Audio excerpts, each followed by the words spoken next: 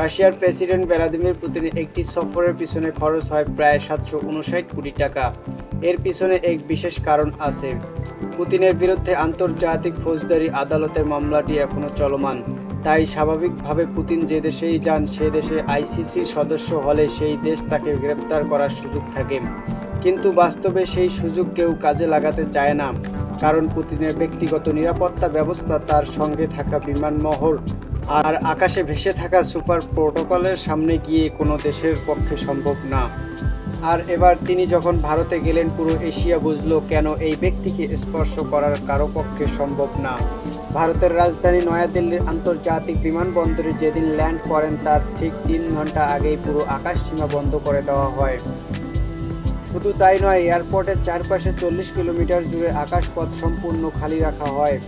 কোনো বাণিজ্যিক ফ্লাইট উঠতে বা নামতে পারছিল না। ভারতের মতো ব্যস্ত দেশের জন্য এটা একটা বড় সিদ্ধান্ত। কিন্তু পুতিনের কঠোর নিরাপত্তার জন্য এর চেয়েও কম কিছু করার সুযোগ থাকে না। কারণ পুতিন একাই ট্রাভেল করেন না, তিনি আসেন তার ব্যক্তিগত যুদ্ধ বিমান বহর নিয়ে। তিনি সাধারণত তার ব্যক্তিগত বিমান ইলোসিন IL-96 করে বহর করেন। এটি বিশ্বের সবচেয়ে সিকিউরিটি বিমানগুলোর মধ্যে একটি। এই বিমানকে এমনভাবে ডিজাইন করা হয় যে মাঝ আকাশে যেন কোনো মিসাইল, ড্রোন এবং শত্রুদের সাইবার অ্যাটাক দমিয়ে দিতে পারে। কিন্তু মজার ব্যাপার হলো যে এই বিমান কখনো একা ওড়ে না। এই বিমানের দুই পাশে থাকে 8টি MiG-29 যুদ্ধ বিমান, 4টি ডান পাশে এবং 4টি বাম পাশে থাকে।